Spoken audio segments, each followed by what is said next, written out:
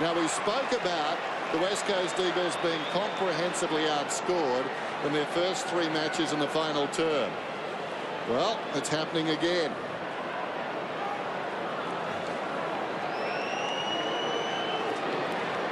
Zaharakis pops one through.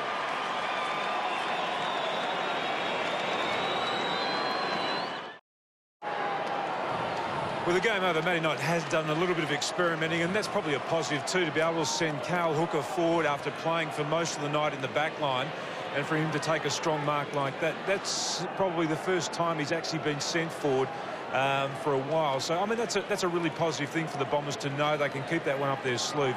They're taking no chances. The Eagles have got 2 loose men in defence. So 23 points now, the margin. They've been outscored in final quarters this year, West Coast. 20 goals to 8.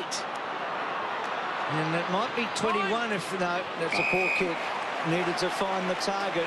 And you can see this, not panicking, but they're saying slow it down, slow it down. Play on, play on. So, I mean, do the Bombers come away from this feeling a whole lot better? I mean, they've blown 4 points. They haven't won on the road, but do they go home feeling a whole lot better? No, I've always felt that you'll often start the game the way you finish the previous one. I mean, there's just a generalisation. So it's certainly good for Essendon that they've actually at least had the best quarter they've had is maybe the first, but certainly the last.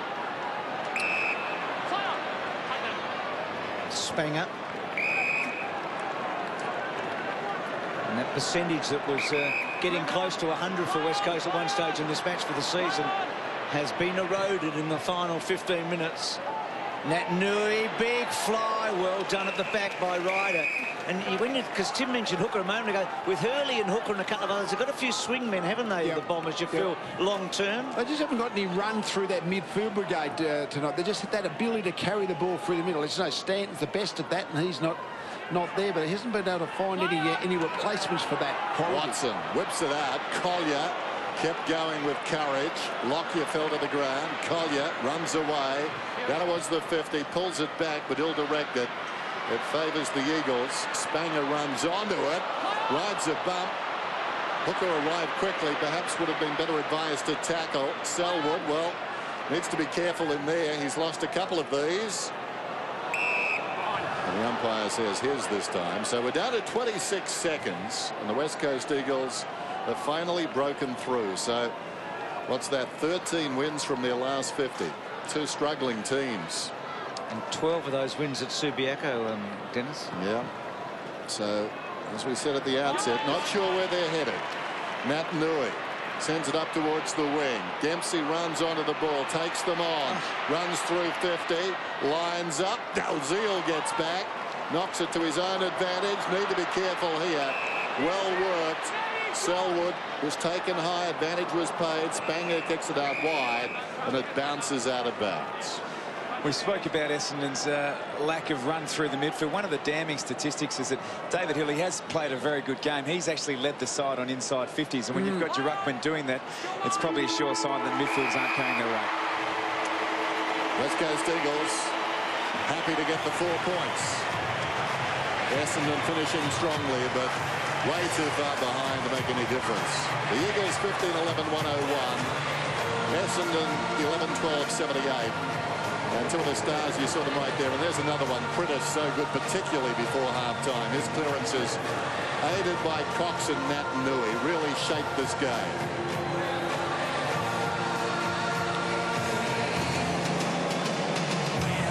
Hanson did pretty well. He just didn't convert as much, but he had a fair bit of the ball. Kennedy with 3 and LeCraft 4 were their major goal scorers. But as Dennis said, really, the scene was set so early, wasn't it? Naitanui tapping down and clearances one. Kerr just the downside, you would think, and the poor finish for the Eagles. They really should have blown Essendon away with the advantage they had. So Tim's down there. The Bombers 23 points in arrears, and Nick Naitanui is about to chat to Tim Watson.